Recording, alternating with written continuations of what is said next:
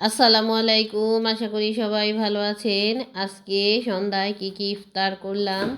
আজকে হলো 27 রোজা। ছোলা ভুনা দেখা যাচ্ছে, তারপরে আছে ফল, এখানে আছে বাঙ্গি কাটা, শসা, টমেটো। এই তো বুলের ভিতর ইফতারি আছে। এই তো আছে ডালিম, এখানে আছে মাঠা, ব্লেন্ডার করা হয়েছে অল্প, দই দিয়ে বানানো হয়েছে। এটার ভিতরে লেবু দেওয়া হয়েছে, একটু লবণ, একটু চিনি, এগুলো দেওয়া হয়েছে। আর এখানে আছে শরবত, এখানে দেওয়া হয়েছে ট্যাং, চিনি আর ইসবগুলির ভুসি। এগুলা দিয়েই আমরা শরবত খাই। এই তো আব্বু ইনসুলিন নিয়ে বসে আছে, ইনসুলিন দিবে। তো আজকে দুপুরের রান্না বান্না, এখানে আছে মাছ ভুনা করেছি, রুই মাছ ভুনা করা হয়েছে, তারপরে লাউ দিয়ে ডিম দিয়ে রান্না করা হয়েছে। এই তো আর আছে এখানে সবজি রান্না করা হয়েছে পুঁটি মাছের শুটকি দিয়ে, আর সাথে আছে প্রতিদিনের মতোই সাদা ভাত। এগুলি সব সেহরির খাবার। এই তো ভাত, ইফতারি শেষে আবার আমার বোনরা কোথায় গেল চলুন দেখি। এই তো এসে পড়েছে,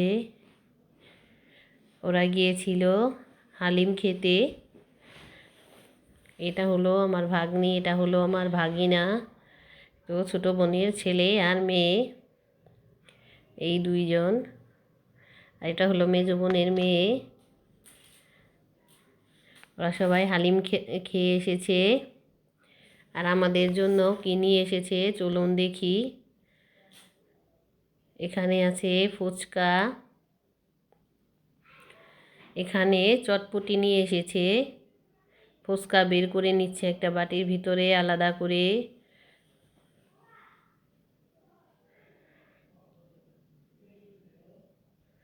তারপরে টকও বের করে নিচ্ছে। আর এখানে চটপটি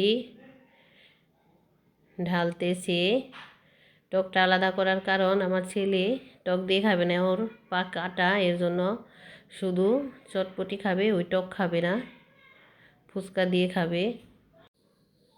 এই তো এখন সবাই খাবে এগুলো আবার। ওই তো ওরা চটপটি খাবে না, শুধু ফুচকা খাবে। এই ছিল আজকের মতো, সবাই ভালো থাকবেন, সুস্থ থাকবেন, আল্লাহ হাফেজ।